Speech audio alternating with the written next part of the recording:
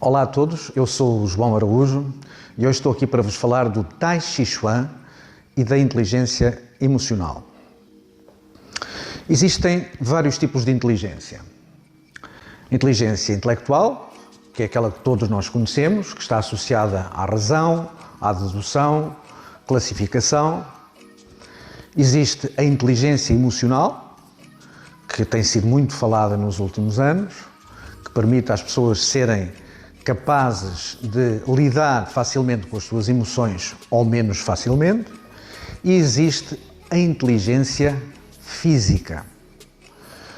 Pode acontecer, por exemplo, que uma pessoa é muito capaz a nível intelectual, mas a nível emocional não se sabe situar, não se sabe controlar. Por outro lado, pode haver uma pessoa calma, mas que não tem inteligência de retenção de dados suficientemente grande para poder assimilar com facilidade dados de estudo. Por outro lado, pode-se ter essas duas inteligências, mas, por exemplo, em trabalhos manuais a pessoa não ter jeito nenhum. Então, digamos que a inteligência física ou a inteligência motora também é um ramo da inteligência que existe no homem.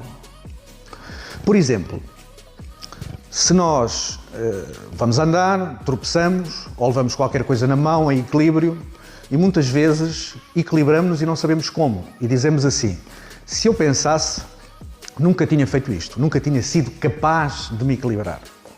E porquê é que dizemos isto? Dizemos isto porque a inteligência motora é muito mais rápida do que a inteligência intelectual. Digamos que a inteligência motora possa ser 20 ou 30 ou 40 vezes mais rápida que a inteligência intelectual. A inteligência emocional ainda é mais rápida. Por exemplo, quando nós estamos para ter o nosso primeiro encontro com aquela paixão da nossa vida, aparecem aqui uma espécie de umas borboletas na zona do plexo solar. Isso significa que as emoções já estão a funcionar e estão a funcionar em caudal profundo. E nós nem sequer sabemos o que é que está a passar aí, porque estão-se a passar muitos fenómenos que a mente não assimila. Ora bem, existe uma ligação entre o movimento e a programação do nosso subconsciente. Isto é, nós conseguimos ver isto muito facilmente naquilo que se chama a linguagem corporal. As teorias da comunicação falam-nos que nós falamos mais com o corpo do que falamos com as palavras. E que o corpo não mente, ou seja, nós podemos estar a dizer uma coisa que é mentira, mas se a pessoa for hábil a interpretar a linguagem corporal, vai perceber que essa pessoa está a mentir pelo movimento dos olhos, pelo movimento das mãos, vai perceber se a pessoa está à vontade, se não está à vontade. Porquê? Porque existe uma linguagem corporal que é motora e que tem base na inteligência motora, que não está a ser processada a nível intelectual consciente.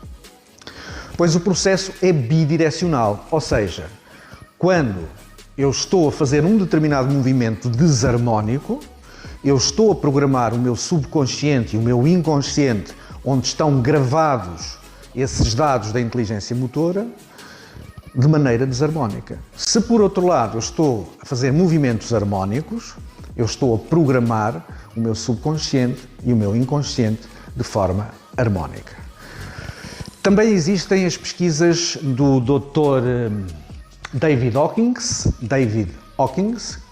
que era, já faleceu, um psiquiatra que criou a cinesiologia, que está associada ao movimento, ou seja, ao movimento muscular, como atalho para o subconsciente. Vocês podem pesquisar David Hawkins, cinesiologia, e vão encontrar muito material aí. Isto é, tanto o movimento é reflexo do sub e do inconsciente, como o movimento pode programar o sub e o inconsciente. E o que é que nos interessa isto? Porque é que me interessa tanto o acesso ao subconsciente e ao inconsciente? Segundo as teorias dos psicólogos mais aceitos, no caso Sigmund Freud dizia que a psiquis é como um iceberg, isto é, tem a maior parte do seu volume debaixo d'água e todo o conteúdo psicológico que existe está inconsciente ou subconsciente. Nós só reconhecemos de nós mesmos uma pequeníssima parte da psiquis que equivale à parte visível do iceberg. A maior parte está submersa.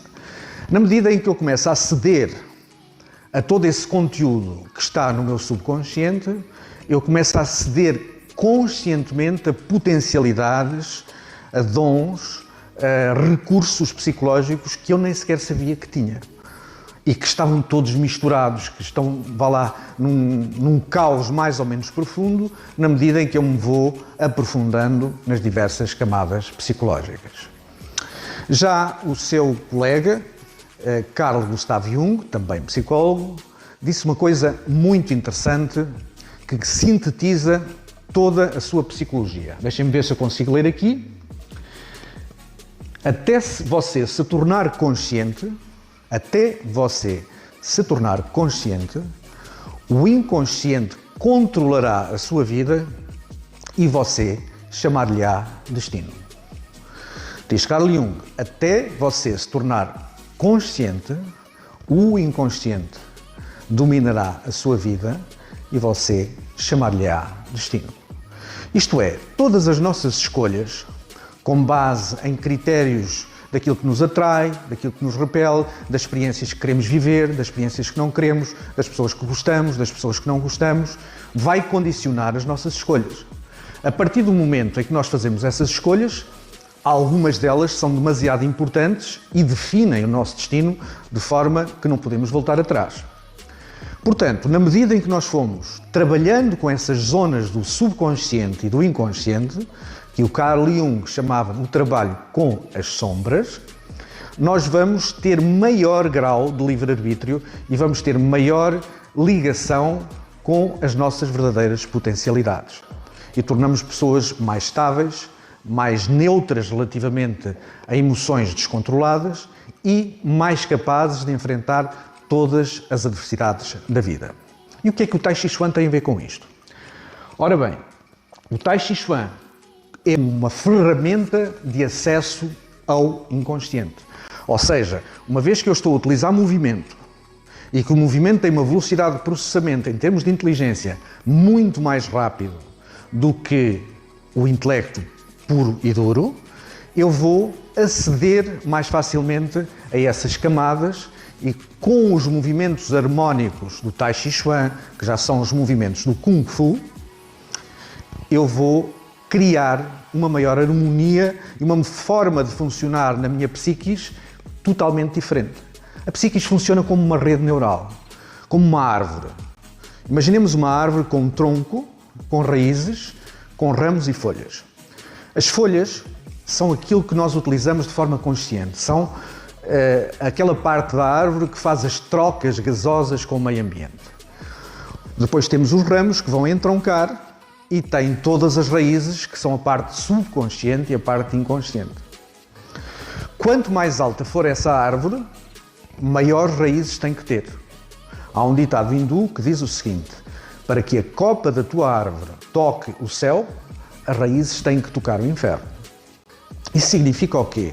Que eu tenho que me conhecer profundamente para, a pouco e pouco, conseguir criar uma maior rede neural, uma expansão da consciência que me permite ser uma pessoa mais livre em termos das minhas escolhas, porque tenho mais por onde escolher na vida.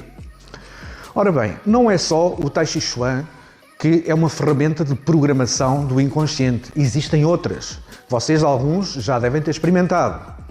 Por exemplo, alguns estados alterados da consciência são produzidos por certos tipos de dança.